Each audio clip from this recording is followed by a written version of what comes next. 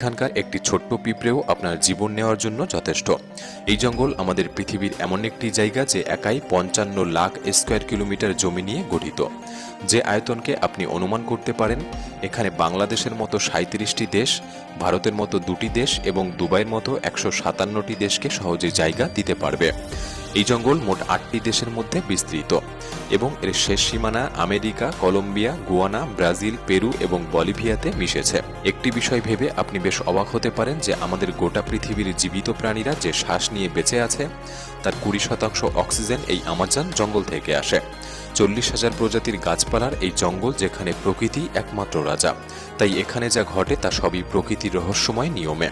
তাই আজকের ভিডিওতে আমরা আপনাকে আমাজন জঙ্গল সম্পর্কে এমন সব রহস্য দিতে চলেছি যা এর আগে আপনি হয়তো কখনো শোনেননি। আসলে আমাজন জঙ্গল কত বড় এবং এখানে কোন কোন ঘাতক প্রাণীর বসবাস, যারা কয়েক হাজার বছর ধরে এই জঙ্গলে ঘাঁটি তৈরি করেছে। জানতে হলে ভিডিওটি সম্পূর্ণ দেখার অনুরোধ রইল। আর নতুন বন্ধুরা অবশ্যই পাশে থাকা সাবস্ক্রাইব লেখাটি প্রেস করে বেল আইকনের অল অপশন সিলেক্ট করুন। বাধা দেয়। সুতরাং এমন একটি জঙ্গল যেখানে প্রচুর বৃষ্টি এবং ঘন হওয়ার কারণে এখানে যে গাছপালা, পশু পাখি বাস করে তা অনেক অঞ্চলে খুঁজে পাওয়া যায় না। এই জঙ্গলে 40,000 প্রজাতির গাছপালা, 1300 প্রজাতির পাখি, 2200 প্রজাতির মাছ, 270 প্রজাতির ম্যামালস এবং 380 প্রজাতির অদ্ভুত আর ভয়ঙ্কর ছোট প্রাণীর বসবাস।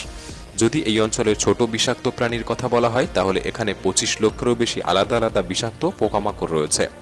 এই জঙ্গল বাইরে থেকে যতটা সুন্দর, এর ভেতরটা ততটাই ভয়ঙ্কর, কেননা এর মধ্যে যে কোনো সময় যে কোনো কিছু হতে পারে।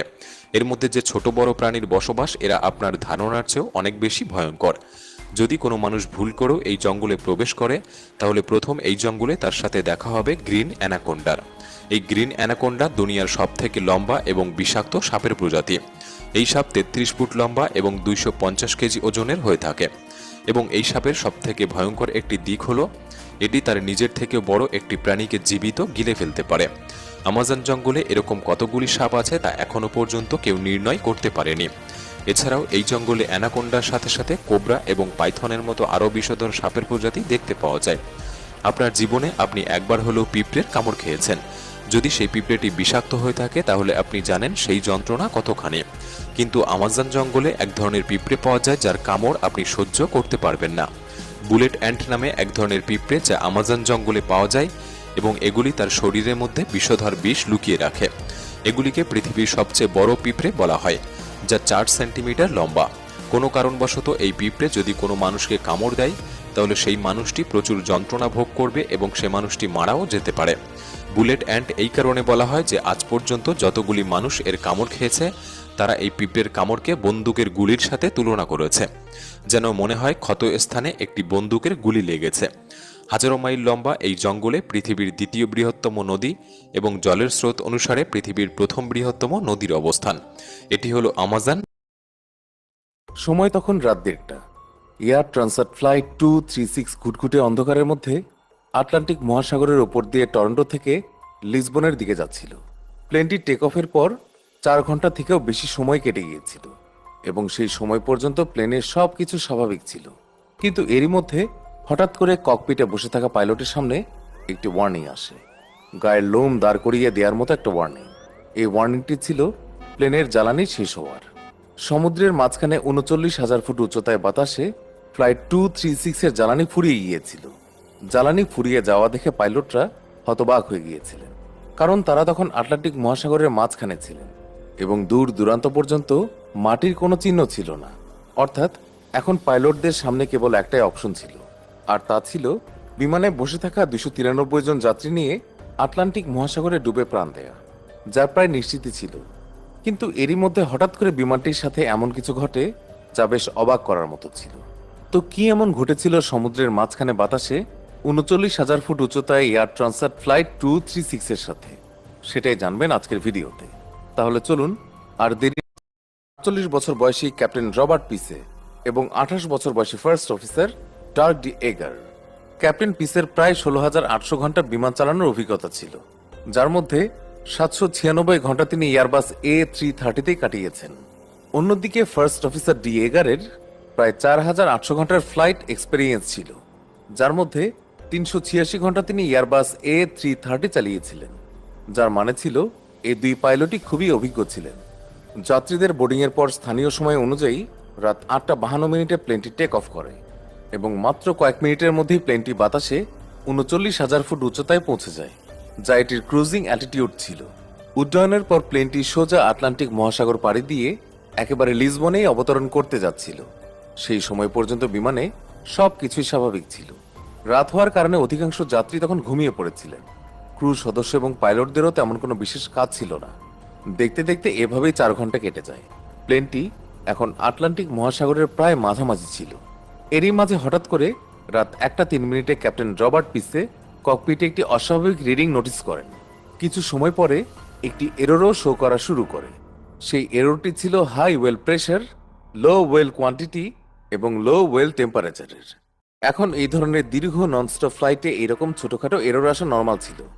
এমন পরিস্থিতিতে পাইলটরা নিজেরাই বা ক্রু মেম্বারের সাহায্যে ককপিটে বসে থেকেই সেগুলো ঠিক করে দিতেন।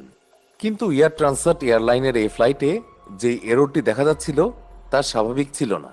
ক্যাপ্টেন এবং ফার্স্ট অফিসার উভয়েরই এয়ারবাস A330-র ভরপুর অভিজ্ঞতা ছিল, কিন্তু তারা তাদের পুরো কেরিয়ারে এমন এরর আগে কখনো দেখেননি, যার কারণে তারা দুজনেই কনফিউজড হয়ে গিয়েছিলেন যে এই এররটি আসলে কিসের ছিল। কোনো রকম উপায় না দেখে তারা ফ্লাইট ম্যানুয়াল খুলে এই এররটি সম্পর্কে জানার চেষ্টা করেন, কিন্তু ফ্লাইট ম্যানুয়ালেও এই বিষয়ে কোনো তথ্য ছিল না। এখন যদি পাইলটরা চাইতেন তাহলে এই এররটি ইগনোরও করতে পারতেন, কিন্তু এটা স্পষ্ট যে কোনো পাইলট যাত্রী ভর্তি ফ্লাইট নিয়ে সমুদ্রের মাঝখানে কোনো রকম ঝুঁকি নিতে চাইবেন না, যার কারণে ক্যাপ্টেন পিসে এই এররটি সম্পর্কে জানতে এয়ার ট্রান্সটের মেইনটেনেন্স কন্ট্রোল সেন্টারের সঙ্গে যোগাযোগ করেন। কিন্তু আশ্চর্যের বিষয় ছিল প্লেনের মেইনটেনেন্স টিমও এই এররটি সম্পর্কে কিছুই জানত না। তবে মেইনটেনেন্স টিম পাইলটদের পরামর্শ অবশ্যই দিয়েছিল যে তারা যেন লাগাতার ওই এররটির উপর নজর রাখেন আর যত দ্রুত সম্ভব তারা ওই এররটি সম্পর্কে জানার চেষ্টা করবেন। এরপর অনেক সময় পেরিয়ে যায় এবং পাইলটরাও এখন এটা বিশ্বাস করে রিল্যাক্স হয়ে যান যে এই এররটি হয়তো কোনো ফল্টি সেন্সরের কারণে এসেছে, যা খুবই স্বাভাবিক ছিল। কিন্তু এই ঘটনার ঠিক আধ ঘন্টা পর রাত 1:36 পাইলটদের সামনে আরেকটি ওয়ার্নিং আসে, আর এই ওয়ার্নিংটি ছিল ফুয়েল ইমব্যালেন্সের। আসলে প্রতিটি বিমানে উভয় উইংসে জ্বালানি সমানভাবে ভাগ করা থাকে, তবে কখনো কখনো একটা উইংয়ে জ্বালানি কিছুটা উপর নিচ হয়ে যায়, তাই তখন ককপিটে ইমব্যালেন্সের ওয়ার্নিং আসা শুরু হয়ে যায়। তবে এই সমস্যাটি দেখে পাইলটরা খুব একটা চিন্তিত হন না, কেননা এই সমস্যাটি পাইলটরা ককপিটে বসে থেকেই ঠিক করতে পারতেন, আর পাইলটরা ঠিক তাই করেছিলেন। প্লেনের রাইট উইংয়ে ফিউয়েল কম ছিল, তাই তারা লেফট উইং থেকে রাইট উইংয়ে ফিউয়েল ট্রান্সফার করে এবং কোনোভাবে তারা এই সমস্যাটিকে দূর করে। কিন্তু তারা জানতেন না যে ফিউয়েল ট্রান্সফার করতে গিয়ে তারা এমন কিছু করে ফেলেছে যা তাদের জন্য একটা বড় বিপদ ডেকে আনতে চলেছিল। এই ফিউয়েল ট্রান্সফারের পর তো এমন একটা সমস্যা শুরু হয় যা পাইলটদের হতভম্ব করে দেয়। আসলে ফিউয়েল ট্রান্সফারের পর প্লেনের 2 নম্বর ইঞ্জিনে ওয়েল টেম্পারেচার কমতে শুরু করে আর ওয়েল প্রেশার বাড়তে শুরু করে। পাইলটরা এখন বিষয়টির গুরুত্ব বুঝতে পেরে একটু সিরিয়াস হয়ে যান, কেননা প্লেনটি তখন আটলান্টিক মহাসাগরের ঠিক মাঝখানে ছিল আর দূর দূরান্ত পর্যন্ত ভূমির কোনো চিহ্নই ছিল না, যার কারণে পাইলটরা খুবই ঘাবড়ে যান এবং প্লেনটি ল্যান্ড করানোর জন্য এয়ারপোর্ট খুঁজতে শুরু করেন। সবচেয়ে কাছের যে এয়ারপোর্টটি ছিল সেটি ছিল পর্তুগালের অ্যাজোরেস দ্বীপে অবস্থিত লাজেস এয়ারবেস। পাইলটরা অবিলম্বে এয়ারপোর্ট কর্তৃপক্ষের সঙ্গে যোগাযোগ করেন এবং ইমার্জেন্সি ল্যান্ডিংয়ের অনুমতি চান, আর কিছুক্ষণ পর তারা অনুমতি পেয়েও যান। এরপর তারা আর দেরি না করে দ্রুত বিমানটিকে অ্যাজোরেসের দিকে ঘুরিয়ে ফেলেন। কিন্তু এরই মধ্যে ক্যাপ্টেন পিসে জানতে পারেন যে প্লেন থেকে প্রতি সেকেন্ডে 1 গ্যালন করে ফুয়েল কমে যাচ্ছে, আর এখন তাদের কাছে মাত্র 7 টন ফিউয়েলই অবশিষ্ট আছে, যা দিয়ে প্লেনটি এখন আর মাত্র আধ ঘন্টায় উঠতে পারবে। আর লাজেস এয়ারপোর্ট এখনো তাদের থেকে 280 কিলোমিটার দূরে, অর্থাৎ তাদের কাছে এখন লাজেস পর্যন্ত পৌঁছানোর ফুয়েলও ছিল না। তারপরেও তারা হার না মেনে কোনোভাবে লাজেস পৌঁছানোর চেষ্টা করেন। কিন্তু এই পরিস্থিতি তখন আরো বেশি খারাপ হয়ে যায় যখন রাত 2:13 প্লেনের রাইট উইং এর 2 নম্বর ইঞ্জিনে আগুন লেগে যায়। আর এই দৃশ্য দেখে পাইলটের জ্ঞান হারানোর মতো অবস্থা হয়ে যায়, কেননা প্লেনে এখন মাত্র একটা ইঞ্জিনে অবশিষ্ট ছিল, আর সেটিতেও খুব কম জ্বালানি বেঁচে ছিল। তবে যাই হোক, বাস্তবতা তো এটাই ছিল যে ওই একটি ইঞ্জিনই এখন প্লেনের শেষ সাপোর্ট ছিল। প্লেন এখন এক ইঞ্জিনে উড়ানোর জন্য ক্যাপ্টেন পিসে প্লেনটিকে 39,000 ফুট উচ্চতা থেকে 33,000 ফুট উচ্চতায় নিয়ে আসেন। জ্বালানি তখনও দ্রুত বেগে কমে যাচ্ছিল। পাইলটরা মনে করেছিলেন যে কোথাও কোনো লিকেজ হয়েছে হয়তো, তাই তারা সেই লিকেজটি খুঁজে বের করার চেষ্টা করেন, কিন্তু অন্ধকারের কারণে তারা সেটিকে খুঁজে পাননি। এরই মধ্যে প্লেনের মেইনটেনেন্স ইউনিট তাদের সঙ্গে যোগাযোগ করে এবং তাদের পরামর্শ দেয় যে প্লেনটি 33,000 ফুট উচ্চতা থেকে 20,000 ফুট উচ্চতায় নিয়ে আসতে, যাতে কোথাও কোনো লিকেজ থাকলে সেটাও শনাক্ত করা যেতে পারে।